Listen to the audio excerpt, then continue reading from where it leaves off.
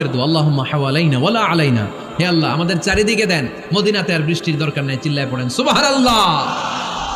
এজন্য খতিব হবে এরকম প্রাণবন্ত খতিব। সমাজে কি চলে, কি ক্রাইসিস, কি সংকট, ইয়াংরা কোন সমস্যায় ভোগে, আমাদের রাজনৈতিক অঙ্গনে কি সমস্যা, আমাদের অর্থনৈতিক অঙ্গনে কি সমস্যা, আমাদের সামাজিক অঙ্গনে কি সমস্যা, আমাদের পরিবারগুলোর ভেতরে কি ঝামেলা, প্রত্যেকটা কথা মসজিদের মিম্বার থেকে আসার দরকার আছে না নাই? আল্লাহর হাবিব সাল্লাল্লাহু আলাইহি ওয়াসাল্লাম এভাবেই সমাজকে ঠিক করে দিতেন। 2 রাকাত মসজিদে ঢুকে আজকে থেকে আমরা পড়ব। মসজিদে ঢুকলেই কয় রাকাত মনে থাকবে না ভুলে যাবেন? তারপরে আল্লাহর হাবিব সাল্লাল্লাহু আলাইহি ওয়াসাল্লাম বলেছেন, খবরদার কবরের উপর মসজিদ বানিও না।